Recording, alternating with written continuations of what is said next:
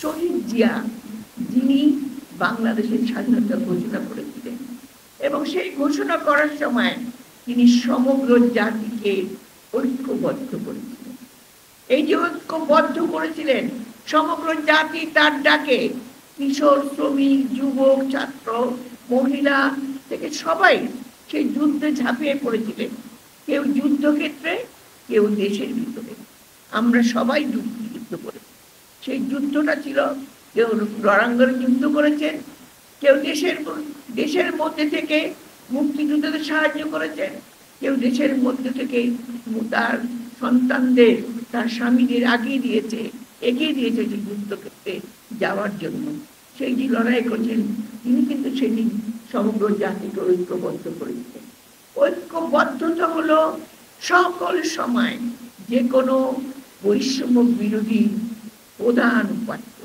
কারণ ঐক্যবদ্ধতার মাধ্যমে আপনারা দেখেছেন এই যে বৈষম্য বিরোধী যে আন্দোলনটা হয়েছে, অর্থাৎ সকলে সমান অধিকার পাবে। সকলে সমান অধিকার, এই কথাটা কার? এই দর্শনটা কার? এই আদর্শটা কার? এই আদর্শ শহীদ প্রেসিডেন্ট জিয়াউর রহমানের। তিনি কি দর্শন দিয়েছিলেন? তিনি দিয়েছিলেন বিএনপির মাধ্যমে। বিএনপিকে প্রতিষ্ঠা করে তিনি বলেছিলেন, এদেশে রাজনৈতিক দল হবে যে রাজনৈতিক দল ন্যায় ভিত্তিক শোষণ মুক্ত সমাজ ব্যবস্থা প্রতিষ্ঠা, এবং সেটাই কিন্তু তিনি করে দেখিয়েছিলেন। মাত্র 3.5 বছরের মধ্যে তিনি একদলের শাসন ব্যবস্থা থেকে, যেখানে সমগ্র বাংলাদেশ মুক্তিযুদ্ধের পরে একটা ভয়ঙ্কর অতীতে ঢুকে গেছিল, যেখানে ভয়ঙ্কর করাল ছায়া গ্রাস করছিল, বাংলাদেশের মানুষ যখন অসহায় হয়ে গেছিল, যখন একদলের শাসন ব্যবস্থায় একজনই রাজা থাকবে, একজনই পূজা থাকবে, এই অবস্থা যখন ছিল, সেই অবস্থার মধ্য থেকে যখন শহীদ জিয়াকে ক্ষমতা দেওয়া হলো, তিনি কিন্তু সেই 3.5 বছরের মধ্যে সেই ক্ষমতার সুফল, স্বাধীনতার সুফল মানুষের ঘরে ঘরে পৌঁছে দিয়েছিলেন।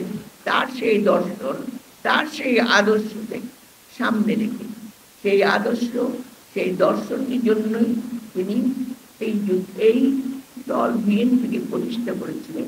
আর সেই বিএনপি প্রতিষ্ঠার কারণে আপনারা যারা বিএনপি করেনও না, যারা বিএনপি করেন, আপনারা সমগ্র বাংলাদেশে আপনারা যোদ্ধা হিসাবে আপনারা নেমে এসেছিলেন রাজপথে একটা দুঃশাসন, একটা স্বৈর সরকারকে সরিয়ে দেওয়ার জন্য, এবং ওটি আপনারা দিয়েছেন। বাধ্য হয়েছে স্বৈর সরকার পালিয়ে যেতে। তাই আজকে যখন আমরা কথা বলি, আমরা কি করে বাংলাদেশকে রক্ষা করব, কি করে বাংলাদেশের সমাজকে রক্ষা করব, আজকে চারিদিকে রব উঠেছে সমাজ সংস্কার, সংস্কার, সংস্কার। কিসের সংস্কার?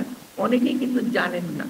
কেউ যে একজন গল্প করছিল যে একজন সভাপতি, একজন তার স্ত্রী হলো সম্পাদিকা, আরেকজন হলো তার বাচ্চা কাচ্চা।